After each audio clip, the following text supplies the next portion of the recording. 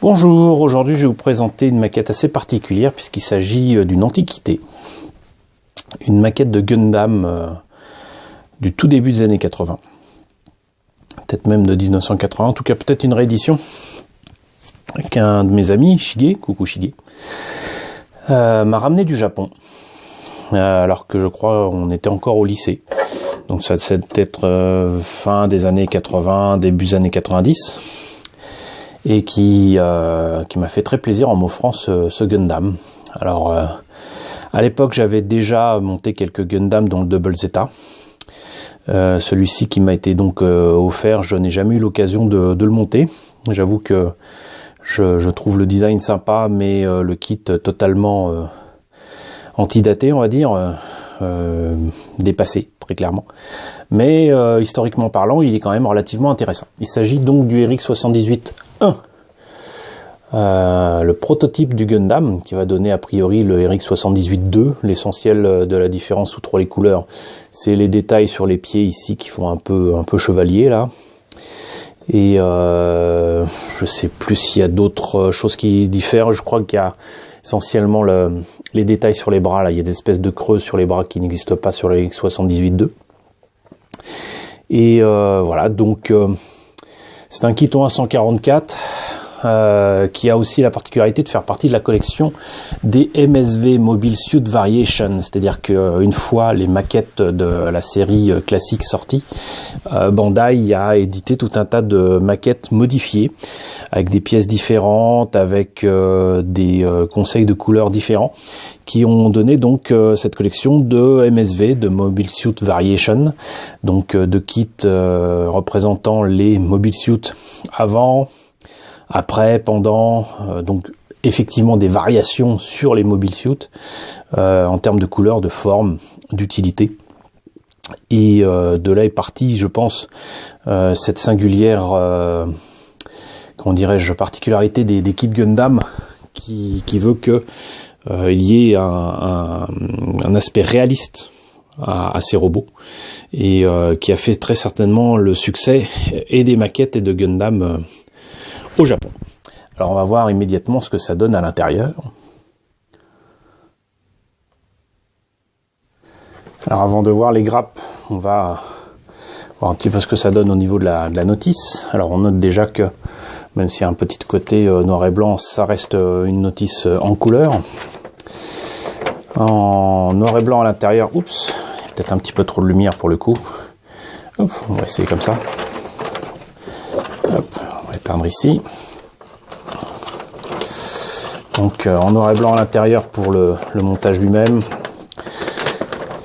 Spécificité du mecha, très clairement avec un trait, en tout cas un style ancien. Les grappes, ce qu'il faut monter alors à l'ancienne, hein, donc vraiment les pièces qui nécessiteront colle, ponçage, alignage, tout un tas de mots en âge.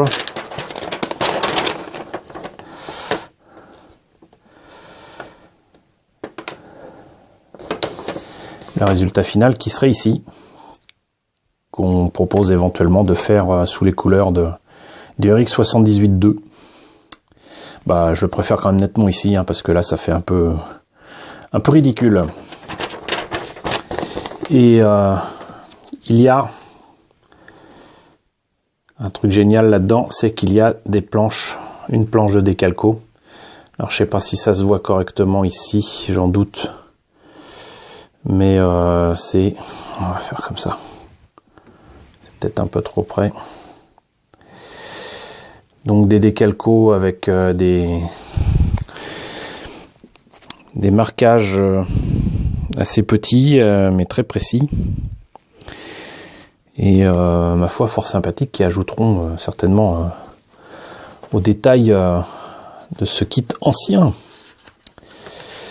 1980 ou je sais pas, est-ce que c'est indiqué d'ailleurs, si c'est indiqué je n'arrive pas à le lire. Bon, qu'importe. Donc pour les grappes, hop, comme vous voyez, il n'y en a pas beaucoup. Il y en a 3. Monochrome, comme tous les kits à l'époque. C'est pas que c'était pas forcément couleur, mais c'était monochrome. Il n'y avait pas plusieurs couleurs par grappe. Hein. Oubliez les spécificités des gunpla de maintenant. On notera quand même que si c'est une réédition, les pièces sont quand même parfaites. On note ici que il y a l'intérieur mécanique des jambes, les creux dans les bras qui prouvent que la grappe est très clairement pas celle du RX78-2. Les autres détails des jambes spécifiques du RX78-1. Alors si je focus dessus et que ça marche pas, dommage que ce soit pas en creux, mais ça peut se peindre en noir ou se creuser. L'arme, c'est agréable, est en une seule pièce, suffisamment rare pour être signalé. Par contre, des copyrights indiqués sur la pièce qui est le bouclier. J'en profite pour regarder s'il n'y a pas une date. Je crois lire 1983. Peut-être mai 1983, donc la maquette aurait quand même 35 ans, si je sais encore compter. Donc voilà, pour cette première grappe.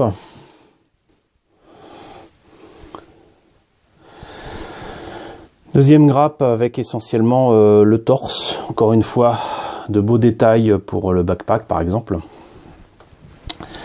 Pas d'articulation au niveau du torse et les formes sont un peu désuètes, mais je note quand même que c'est bien moulé, quoi, c'est bien foutu. Les mains ressemblent plus à des gants qu'autre chose, mais encore une fois, petite surprise pour moi, hein, qui suis habitué à monter ces pièces-là en 2 morceaux. Bah, les mains ici, les mains ouvertes du moins, sont en une seule pièce. Il n'y a que les mains fermées qui sont en 2 pièces. Je note enfin que la tête du Gundam, en tout cas, de cette collection-là, est hideuse au possible. Enfin, loin des standards actuels. Mais les détails sont là, quoi. Et c'est précis, c'est pas... Voilà, c'est quand même bien foutu. Et enfin, le reste des cuisses et des pieds. Alors les pieds, là, par contre... c'est des sandales, hein, c'est pas les gros pieds qu'on voit dans l'illustration ici, ça n'a rien à voir. Ça n'a rien à voir. Voilà. Donc, vous voyez, on a vite fait le tour. C'est clairement typique des kits de cette époque-là, du début des années 80 jusqu'à 1984, avec la sortie de Zeta Gundam qui va encore révolutionner et l'univers du dessin animé et l'univers de la maquette chez Gundam, quoique on le verra bientôt, je vous présenterai de vieilles maquettes de Zeta Gundam, c'était pas la joie non plus. Reste que c'était pas cher, 400 yens, on avait cette maquette là, on pouvait faire un joli truc, les illustrations sont quand même vachement sympas, ça donne envie de faire des dioramas, ça donne envie de se dépasser, de tirer le meilleur de ce kit, ce qui est possible, hein, ce qui est tout à fait possible, envisageable. Et je comprends tout à fait que ce petit objet, ces petits morceaux de plastique, aient eu autant de succès au Japon et révolutionné, bah, mine de rien, le monde du produit dérivé sur l'archipel. Hein, donc voilà, c'est encore une fois, c'est un kit historique. Peut-être qu'un jour je le montrerai, mais c'est pas demain la veille. Et j'avoue que j'hésite à le faire tel quel ou modifié. On verra bien. Voilà, bon, en tout cas, cette vidéo est terminée. J'espère que cette petite présentation vous aura plu, vous aura intéressé. N'hésitez pas à me dire ce que vous en pensez en commentaire. Je vous dis à très bientôt pour la présentation de nouvelles maquettes Gundam.